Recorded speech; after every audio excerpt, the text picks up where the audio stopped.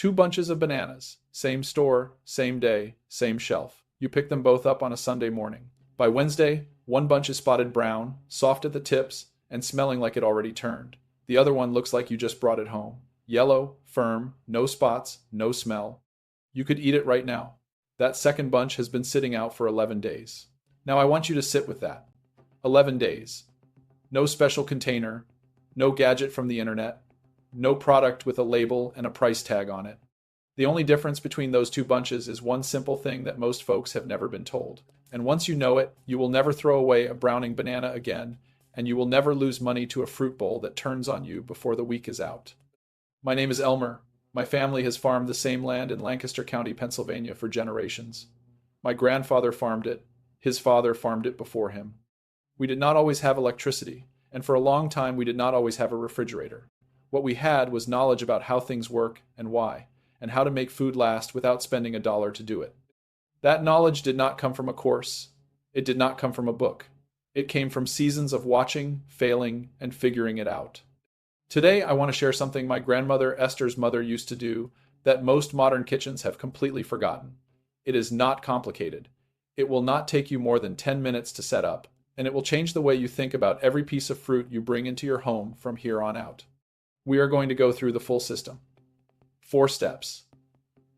Done right, they can take a banana from a useful life of 5 or 6 days to 3 weeks, sometimes a full month, if you manage the stages correctly. I will explain each one, why it works, what most people do wrong, and exactly how to do it. By the end of this, you will have a method you can start today. There is also a link in the description to the Amish home savings system that Esther and I put together. It is a guide to the same kind of low-cost, no-waste thinking we have applied to our home and farm for decades, across food, energy, and provisions. It is the kind of information that used to travel between neighbors. The link is in the description below. Now let me start with the thing nobody tells you. Most people think bananas ripen because of time. You buy them, you wait, they turn. It feels like a clock is running. But that is not what is actually happening. Bananas do not just age passively the way a stone erodes. They are doing something active. They are producing a gas. A real, measurable gas that you cannot see and cannot smell, but that is responsible for almost everything that happens to that fruit between the time it leaves the tree and the time it goes soft in your hand. That gas is called ethylene. It is a plant hormone. The banana makes it internally, releases it into the air around it, and that gas triggers a cascade of changes inside the fruit itself. The starch converts to sugar. The flesh softens. The peel shifts from green to yellow to brown. And here is the part that matters most for what we are going to do today. That gas also acts on every other banana in the bunch. One banana producing ethylene at a high rate accelerates the ripening of every banana touching it. The bunch ripens together because they are feeding each other with that gas, and none of them can escape it. Now, the industry understands this very well. When bananas are shipped from Ecuador or Guatemala, which supply the majority of what Americans eat, they are picked green, packed into refrigerated containers, and kept cold specifically to suppress ethylene production during transit. When they arrive at a distribution center, they are put into what they call ripening rooms, sealed chambers where ethylene gas is pumped in at a controlled concentration between 100 and 150 parts per million at a controlled temperature between 60 and 65 degrees Fahrenheit. The bananas ripen uniformly, all at once, on the industry's schedule, not on yours. By the time they reach the store shelf, they have already been through that controlled ripening, and the moment you bring them into your warm kitchen and set them next to your fruit bowl, every safeguard that kept them stable gets removed all at once. The temperature rises, the ethylene builds up. If other fruit is nearby, that fruit is producing its own ethylene too, and the race to the bottom begins. Apples produce a significant amount of ethylene. So do avocados, tomatoes, and pears. Most American kitchens keep all of these on the same counter or in the same bowl. That is not a fruit bowl. That is a ripening chamber, and you built it without knowing it. The key insight is this: bananas do not ripen because of time. They ripen because of gas concentration, and gas concentration is something you can actually manage. That is what the full system is about. You are not fighting nature. You are working with it, the same way a good farmer works with the land instead of against it. Let me walk you through the steps in the order you would do them. Step 1. Separate the bunch the day you bring it home. This is the first and most important thing. Leave the bunch intact on the counter, and those bananas are creating a little ethylene greenhouse around themselves. Every banana in the cluster is both producing the gas and absorbing the gas from its neighbors. The concentration compounds quickly. A bunch that would last 4 or 5 days at room temperature if separated will often ripen in 2.5 to 3 days when left clustered together. The fix is simple. Pull each banana off the stem individually the moment you get home, not later that day, right when you unpack the groceries. Set them apart from each other. They do not need to be across the room. A few inches of separation is enough to let the ethylene disperse into the open air rather than accumulate between the fruits. Air movement is your friend. A counter near a window, where there is some passive airflow, is better than a closed cabinet. People skip this step because it seems too small to matter. It is not. This single action can add 2 to 3 days to the useful life of your bananas without doing anything else. Think about that across a year. If you buy 2 bunches a month, at current prices, which are running around 65 to 70 cents a pound at most grocery stores, and you are throwing out a third of each bunch because they turn before you eat them, that is money hitting the trash every single month. Separation alone recovers most of that waste. The error most people make is waiting. They think they will separate them later, or they intend to eat them soon, so it does not matter. By the time you get around to it, the ethylene has already done its work. Do it immediately. That is the rule. And one more thing on this step. Keep the bananas away from the rest of your fruit. Not just physically separate from each other, but away from the apples, the avocados, the tomatoes on the windowsill. The same ethylene effect applies in all directions. A ripe apple sitting 18 inches from your banana bunch is a slow-release ripening agent working against you. Move them to opposite ends of the counter, or store the apples in the refrigerator where they belong and let your bananas have the counter to themselves. Step 2. Wrap the stem of each individual banana. The stem of a banana is not just the part you hold when you peel it. Scientifically, it is the primary point of ethylene release from the fruit. The crown is where the banana was cut from the bunch, and that cut end releases a disproportionate amount of the gas compared to the rest of the fruit. When you leave the stem bare and open to the air, you are letting that ethylene broadcast freely from the most productive release point. My grandmother did this with a strip of beeswax cloth. She made her own cloth soaked in melted beeswax and left to dry, and she would cut small strips and press them around the stem end of fruit she wanted to keep longer. In her root cellar, using that method along with cool temperatures, she kept certain fruits a good 2 weeks past what anyone else around her expected. The principle was exactly what the science now explains. She was sealing the primary emission point. You do not need beeswax cloth, though it is excellent and costs almost nothing to make at home. What you have right now in your kitchen will work. Plastic wrap or aluminum foil, pressed firmly around the individual stem of each banana, slows the ethylene release from that end. Not by much on its own. But combined with separation, it adds another 2 to 3 days. Combined with the next steps in this system, it adds significantly more. The critical thing here is wrapping each banana individually. Most people who have heard of this trick wrap the whole bunch together at the crown, the original point where they all connect. That helps, but it does not help as much as individual wrapping, because when you remove one banana from the bunch, you expose a new open stem on the next one. Wrap each one on its own. It takes maybe 4 minutes. It is worth every second. Step 3. Manage the temperature deliberately. This is the step where most folks make a significant error, and it costs them more than anything else on this list. Cold kills ethylene activity. That is the simple version. The enzymes that drive ripening inside the banana, the same enzymes that convert starch to sugar and soften the flesh, slow down dramatically as temperature drops. At 58 to 60 degrees Fahrenheit, the process nearly stops. The United States Department of Agriculture has published this. It is not a mystery. Commercial banana handlers know it well, which is why those transit containers are kept cold. The error people make is this. They refrigerate their bananas too early, or they refrigerate them too late and wonder why it did not help.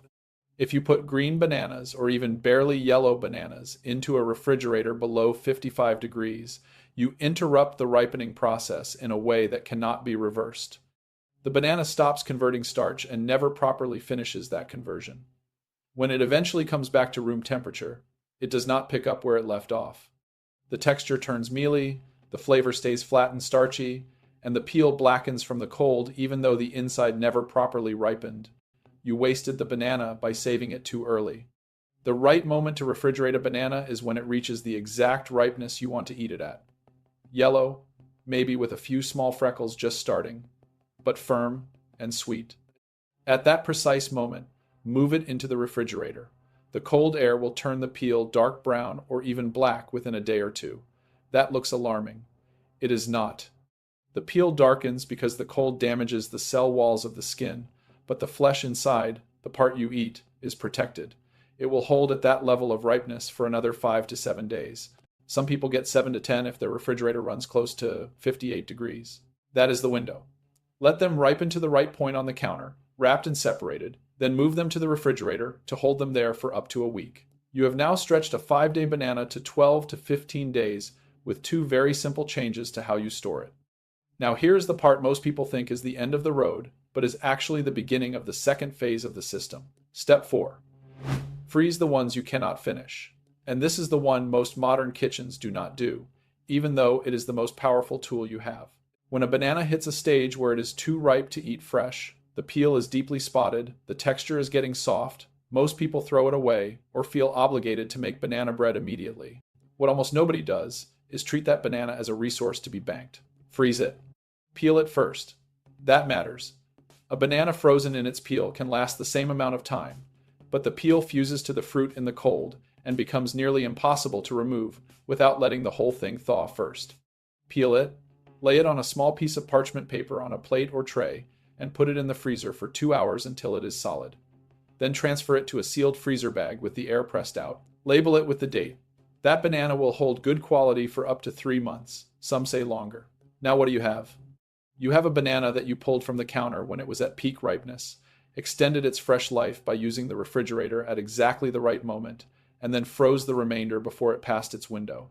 A fruit that would have lasted 5 days on your counter now has a useful life of 3 months. Thawed, it works perfectly in smoothies, in oatmeal, in baking, in any cooked or blended application. The texture changes when frozen. It becomes soft and almost liquid when thawed, which is exactly what makes it better than a fresh banana for blending purposes. This is not a compromise. For those uses, the frozen banana is the superior ingredient. 3 months of useful life from a piece of fruit that used to go in the trash after 5 days. That is the full arc of the system, and every single step costs $0. Nothing you do not already have. That is the Eli Yoder's secrets approach. And before I tell you about who profits from you not knowing this, Esther wanted me to mention one more time that the Amish home saving system we put together covers this same thinking applied across the whole household. Food storage, provisions, reducing what you spend without reducing what you have. The link is in the description. Esther checks it herself, so it comes recommended from her personally, and I do not say that lightly. Now let me tell you who benefits from you not knowing any of what I just told you. Not to make you angry, just so you see the shape of the thing. The food storage industry in the United States sells products specifically aimed at the banana problem. Banana storage pods, ventilated containers, ethylene-absorbing packets, specially coated bags. You can find them on Amazon and at kitchen stores for anywhere from $8 to $35 a unit. The ethylene-absorbing packets, designed to go inside a fruit bowl or produce drawer, run between $12 and $20 for a pack that lasts a few months before needing replacement. Some of the ventilated banana storage systems are sold as solving the exact same problem that simply separating your bananas and wrapping the stems already solves for free. The design of these products is not malicious. Some of them work, to a degree, but they are solving a problem that does not require a product to solve. And the reason most people never figure that out is that the solution is boring. Separate the bananas, wrap the stems, time the refrigerator right, freeze the overflow. None of that looks impressive in a product photo. None of that generates a repeat purchase. Think about what repeat purchase means to a company. If they sell you a method, they sell it once. If they sell you a product that depletes, they sell it to you every 3 months for the rest of your life. An ethylene absorption packet that you replace 4 times a year at $15 a pack is $60 a year. Over 10 years, that is $600. For a problem you can solve today for nothing. Now here is the deeper layer of this, and this is the part I think most people have not considered. The American grocery system, specifically the produce supply chain, is structured around a very short, useful window for fruit. Bananas are picked green, shipped across 2 or 3,000 miles, gassed into ripeness at a distribution center, and placed on a shelf where they are expected to sell within a few days. The system is built on high turnover. A banana that lasts 5 days in your kitchen means you are back in the store by Thursday buying more. A banana that lasts 3 weeks means you buy less often. Frequent purchasing is not just convenient for you, it is the engine of the produce section. Higher spoilage rates at home mean more trips and more purchases. The system does not need to do anything actively harmful to benefit from the way things are. It simply pays better when you throw out the back third of every bunch than when you eat all of it. I'm not telling you that someone schemed this in a back room. No one had to. It is worse than a conspiracy because it is a system nobody had to coordinate. It simply pays better to sell bananas that ripen in 5 days and accept that a meaningful portion gets thrown away than to teach you how to extend them to 3 weeks and buy at a different rhythm. The incentive structure does the work without anyone having to choose it. What changes the math is you knowing what you know now.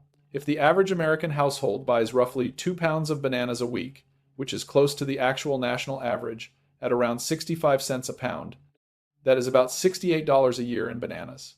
Studies on household food waste consistently estimate that roughly 1/4 to 1/3 of purchased produce is thrown away before consumption. That is somewhere between $17 and $22 a year just in bananas going into the trash.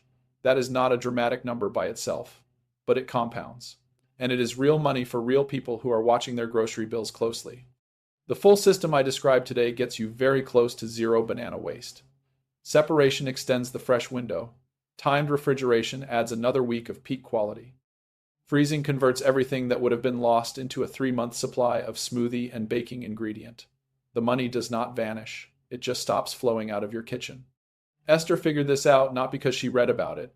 She figured it out because she grew up in a household where waste was not acceptable. Not for ethical reasons, for practical ones. When your family produces most of what it eats, and you manage a root cellar and a canning pantry and a cold stream for keeping dairy, you do not throw food away because you cannot afford to. That discipline, applied to a modern kitchen that has a refrigerator and a freezer and a roll of plastic wrap, is extraordinarily powerful. The tools you have are better than anything my grandmother worked with. The knowledge is the only thing that was missing. So here is what I want you to do this week. Sunday, when you bring your bananas home, or whenever your next grocery trip is, do these 4 things. Do them in order, and do not skip any. First, separate every banana from the bunch immediately. Set them 3 to 4 inches apart on the counter. Do this before you put away anything else. Second, take a small piece of plastic wrap or aluminum foil, about 4 inches square for each banana, and wrap the stem end firmly. Press it so it seals. This costs nothing and takes less than a minute per banana. Third, move them away from any other fruit you have out, especially apples, avocados, and tomatoes. If you have those out, put them in the refrigerator where they keep longer anyway. Fourth, when any banana reaches the ripeness you prefer, usually solid yellow to lightly freckled, move it to the refrigerator that same day. Do not wait until it is past that point. The peel will go dark in the fridge. The fruit inside will stay good for another 5 to 7 days. Eat it at your convenience. For any banana that gets past your eating window before you get to it, peel it, freeze it on a small tray, and transfer it to a labeled bag in the freezer. Use within 3 months in smoothies, baking, or oatmeal. That is the full system. 4 steps. No cost, no product. 30 years of produce waste, solved in about 10 minutes of attention. If you have been doing something different, I would genuinely like to hear about it. If you have found another approach that works for your household, or if you have questions about how to apply this in a different climate, with a different kind of refrigerator, or with different fruit, leave it below. I read every one of these comments. Every single one. My people are in these comments, and I do not take that for granted. Next week, I am going to show you the same kind of thinking applied to eggs. Specifically, how to test whether a grocery store egg is actually fresh, and how to extend farm eggs through a method that my family has used for 2 generations that almost no one in a modern kitchen knows about. It ties directly into what we talked about today, because the underlying principle is the same. You are not fighting the clock. You are understanding the mechanism. When you understand the mechanism, you are in charge of it. My grandfather used to say that the land does not hide its secrets.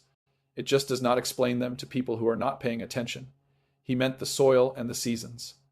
But it applies to your kitchen counter just as well. Everything you need is already there. You just needed someone to point at it. And I will close with this. In Lancaster County, when I was young, there was not a family on our road who threw out food unless it was genuinely gone. Not because any of them were strict or particular about it, because they understood value. They understood that the time it took to grow something, transport it, buy it, and bring it home was real. Throwing it in the trash was not just waste. It was disrespect for the labor that produced it. I still feel that way. Esther still feels that way. And I think a good number of you watching this feel the same, even if no one in your life has ever put a name to it. This system I showed you today is not complicated, but it is the kind of thing that, once you know it, changes how you see every banana you ever buy. You stop seeing a fruit with a 5-day clock on it. You start seeing 30 days of value sitting there on your counter, waiting to be used. That is a different relationship with your food, and I think it is a better one. Take care of what you bring into your home. Your grandfather, whoever he was, would have expected nothing less.